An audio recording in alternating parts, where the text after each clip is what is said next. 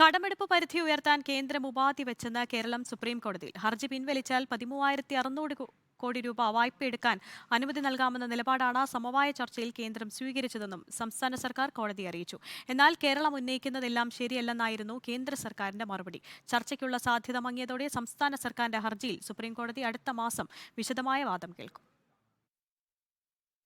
കേന്ദ്ര ധനമന്ത്രാലയവുമായി സംസ്ഥാന ധനമന്ത്രിയുടെ നേതൃത്വത്തിൽ നടത്തിയ ചർച്ച പരാജയപ്പെട്ടു. സംസ്ഥാനം ഗുരുതര സാമ്പത്തിക പ്രതിസന്ധിയിലാണ്. ഈ സാഹചര്യത്തിൽ അടിയന്തരമായി വാദം കേൾക്കണം എന്നായിരുന്നു സുപ്രീം കോടതിയിൽ കേരളത്തിന്റെ ആവശ്യം. ഹർജി പിൻവലിക്കാൻ സമവായ ചർച്ചയിൽ കേന്ദ്രം ഉപാധി വെച്ചു. എങ്കിൽ മാത്രമേ മറ്റ് കാര്യങ്ങൾ പരിഗണിക്കാനാകൂ എന്ന് കേന്ദ്രം നിലപാടെടുത്തതായും കേരളം സുപ്രീം കോടതി അറിയിച്ചു.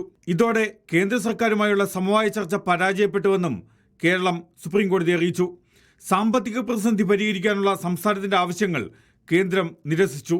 നിയമപ്രകാരം ലഭ്യമാകേണ്ടതിനപ്പുറം ഒന്നും കേന്ദ്ര സർക്കാരിനോട് ചോദിക്കുന്നില്ല. സാമ്പത്തിക അടിയന്തരാവസ്ഥ പ്രഖ്യാപിക്കാൻ കേന്ദ്ര സർക്കാരിന് അധികാരമുണ്ട് എന്നുമായിരുന്നു കേരളത്തിനു വേണ്ടി ഹാജരായ മുതിർന്ന അഭിഭാഷകൻ കപിൽ സിബലിന്റെ വാദം. കേരളം ഉന്നയിക്കുന്നത് എല്ലാം ശരിയല്ല എന്നായിരുന്നു കേന്ദ്ര സർക്കാരിന്റെ മറുപടി. സമവായ ചർച്ചയും സുപ്രീം കോടതിയിലെ കേസും ഒരുമിച്ച് മുന്നോട്ട് പോകില്ലെന്ന് കേന്ദ്ര സർക്കാർ നിലപാടെടുത്തു. പിന്നാലെയാണ് കേരളത്തിന്റെ ആവശ്യം അംഗീകരിച്ച കോടതി വിശദമായ വാദം കേൾക്കാൻ സമ്മതിച്ചത്.